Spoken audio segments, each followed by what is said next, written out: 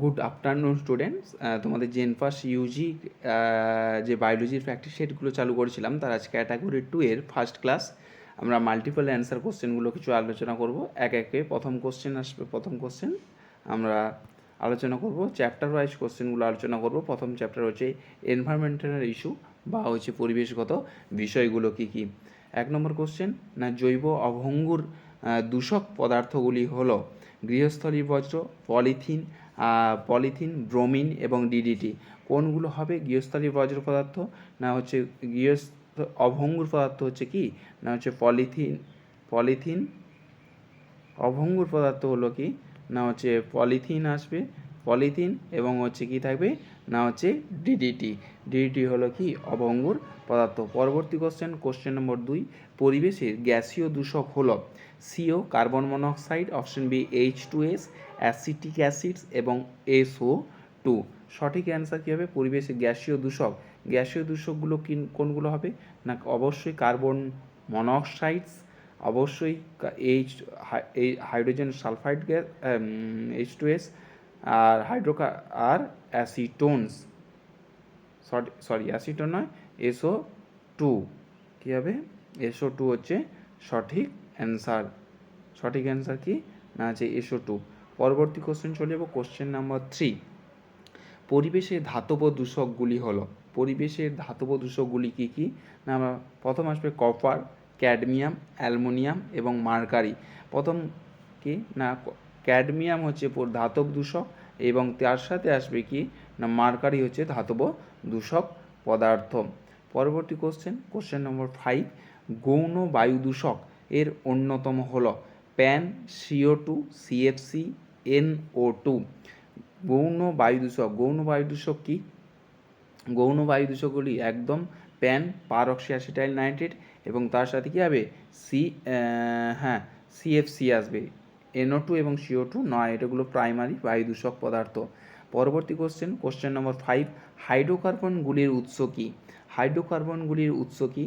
Automobile, mobile, কৃষিক্ষেত্রে রাসায়নিক এবং জৈব পদার্থের পচন। হাইড্রোকার্বন উৎপন্ন হয়, এক নম্বর অপশান আসবে কি, এক নম্বর সঠিক অ্যান্সার আসবে অটোমোবাইল, এবং তার সাথে আসবে কি জৈব পদার্থের পচন। এইগুলো করলে হাইড্রোকার্বন গ্যাসগুলো উৎপন্ন হয়। পরবর্তী কোশ্চেন নম্বর 6, প্যান এর ক্ষতিকর প্রভাবগুলি হলো কি? ত্বক ক্যান্সার সৃষ্টি করে,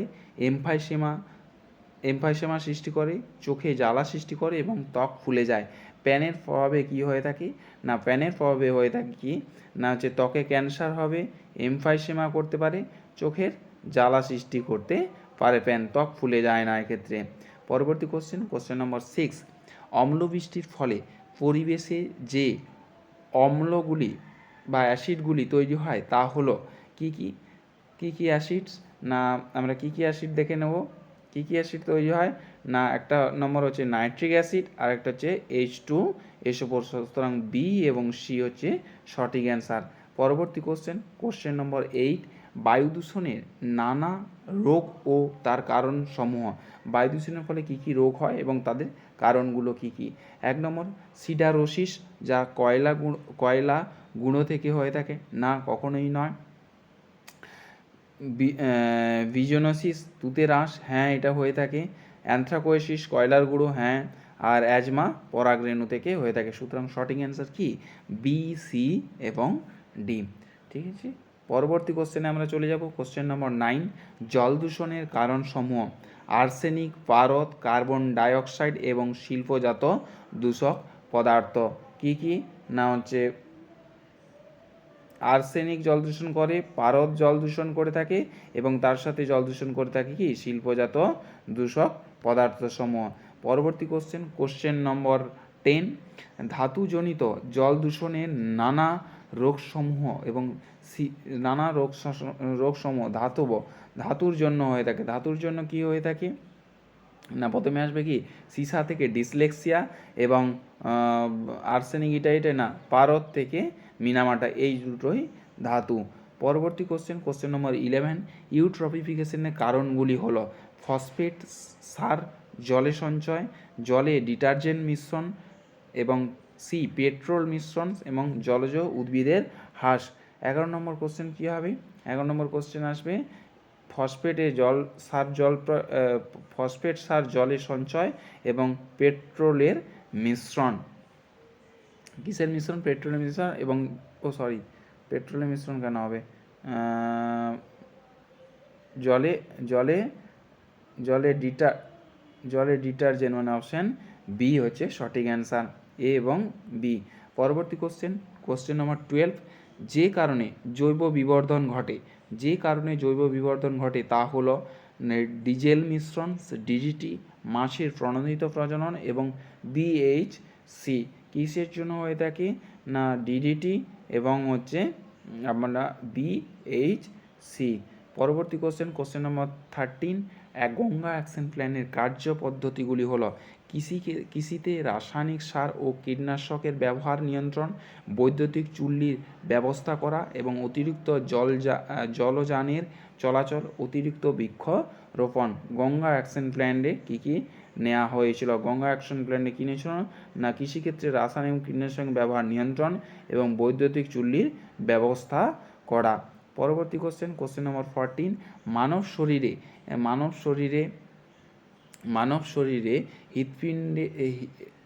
শরীরে শব্দ দূষণের কুপ্রভাবগুলি লেখ। হৃদরোগ, অ্যাকিউস্টিক ট্রমা, ইটাই রোগ, মানসিক অবসাদ। কার ক্ষেত্রে আমরা দেখতে পাবো? না 1 নম্বর হবে কি হৃদরোগ দেখতে পাবো, অ্যাকিউস্টিক ট্রমা দেখতে পাবো, আর কি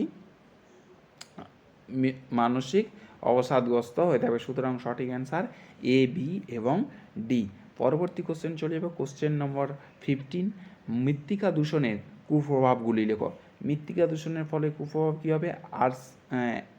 অ্যাসকারিয়েসিস হয়ে থাকে। হ্যাঁ, মৃত্তিকা দূষণের ফলে অ্যাসকারিয়েসিস হবে, অ্যাসপারজিলেসিস হয়ে থাকে এবং টিটেনাস হয়ে থাকে। লাং ক্যান্সার মৃত্তিকা দূষণের জন্য হয় না। পরবর্তী কোশ্চেন নম্বর 16, না জমিতে পেস্টিসাইড ব্যবহার করলে তার ক্ষতির প্রভাবগুলি কী কী? পেস্টিসাইড ব্যবহার করলে প্রথম যে ক্ষতি হবে কি না আমরা জানি জৈব বিবর্ধন হবে, পরিবেশ দূষণ হবে এবং মানসিক অবসাদ না, আর ফুসফুসের রোগ। পরবর্তী কোশ্চেন, জৈব সারের অন্যতম হলো হাড়গুঁড়ো, কম্পোস্ট সার, রাসায়নিক সার, পেস্টিসাইডের বহুল ব্যবহার। 17 নম্বর কোশ্চেন, না জৈব সারের উদাহরণ কী হবে? হাড়গুঁড়ো, কম্পোস্ট সার। কী হবে? হাড়গুঁড়ো এবং কম্পোস্ট সার। পরবর্তী কোশ্চেন নম্বর 18, পরিবেশে দূষণকারী তেজস্ক্রিয় পদার্থগুলো হলো তেজস্ক্রিয়কারী দূষণ পদার্থ কী কী আসবে? না হচ্ছে স্ট্রনশিয়াম 19 এবং তার সাথে আসবে কি না হচ্ছে সিজিয়াম 137 বা 137। পরবর্তী কোশ্চেন, মানে সঠিক অ্যান্সার কী হবে? না বি আর সি, অপশান বি এবং অপশান সি। পরবর্তী কোশ্চেন নম্বর 19, তেজস্ক্রিয় দূষণের প্রভাবগুলি হলো তেজস্ক্রিয় দূষণের প্রভাবে কি হয়? না তেজস্ক্রিয় দূষণের প্রভাবে কী হবে? বিকলাঙ্গ শিশু জন্মগ্রহণ করবে, থাইরয়েড গ্রন্থির অস্বাভাবিকতা হবে, আর অ্যাকুট স্ট্রোমা হবে না, আর বন্ধ্যাত্ব রোগ দেখা দেবে। পরবর্তী কোশ্চেন নম্বর 20, না গ্রিন হাউস গ্যাসগুলি হলো CH4। প্রথমে গ্রিন হাউস গ্যাস কি না CH4 এবং CFC। পরবর্তী কোশ্চেন, সঠিক অ্যান্সার কি এ এবং বি। পরবর্তী কোশ্চেনের অ্যান্সার 21, বিশ্ব উষ্ণায়নের সমস্যাগুলি হলো জলবায়ুর পরিবর্তন, ওজোন স্তরের অবক্ষয়, সমুদ্রের জলস্তর বৃদ্ধি এবং শিল্প হ্রাস। বিশ্বায়নের কারণ কি না জলবায়ু পরিবর্তন, ওজোন স্তর অবক্ষয়, সমুদ্রের জলস্তর বৃদ্ধি। পরবর্তী কোশ্চেন নম্বর 22, ওজোন ডিপ্লেটিং সাবস্টেন্স হলো ওজোন ডিপ্লেটিং সাবস্টেন্সগুলো কোনগুলো? না 1 নম্বর হবে কি হ্যালেন 1301, অক্সিজেন হবে না, আর CFC2 আর CCl4, এই তিনটের ক্ষেত্রে ওজোন ডিপ্লেটিং হয়। চিপকো আন্দোলনের নেতৃত্ব ছিলেন কে? অমৃতা দেবী বিষ্ণই, সুন্দরলাল বহুগুণা, গোবিন্দ সিং রাওয়াত, এবং সেলিম আলী। চিপকো আন্দোলনে কাকে কাকে দেখা গিয়েছিল? চিপকো আন্দোলনে দেখা গিয়েছিল কাকে? না হচ্ছে সুন্দরলাল বহুগুণা এবং গোবিন্দ সিং রাওয়াত। পরবর্তী কোশ্চেন, সাইলেন্ট ভ্যালি আন্দোলনের সঙ্গে জড়িত নেতৃত্বকে? সাইলেন্ট ভ্যালির সাথে জড়িত নেতৃত্ব হলো চণ্ডীপ্রসাদ। সাইলেন্ট ভ্যালি ভ্যালির সাথে সাইলেন্ট ভ্যালি হচ্ছে সেলিম আলী হবে, আর সুগোধা কুমারী কী হবে? সুগোধা কুমারী। এটা হচ্ছে সঠিক অ্যান্সার। সঠিক অ্যান্সার কি? বি এবং C. Thank you for watching. Next কোশ্চেনের জন্য তোমরা চ্যানেলে অবশ্যই সাবস্ক্রাইব করে নিও। ঠিক আছে, থ্যাংক ইউ। সবাই ভালো থেকো, সবার পরীক্ষা খুব ভালো হোক।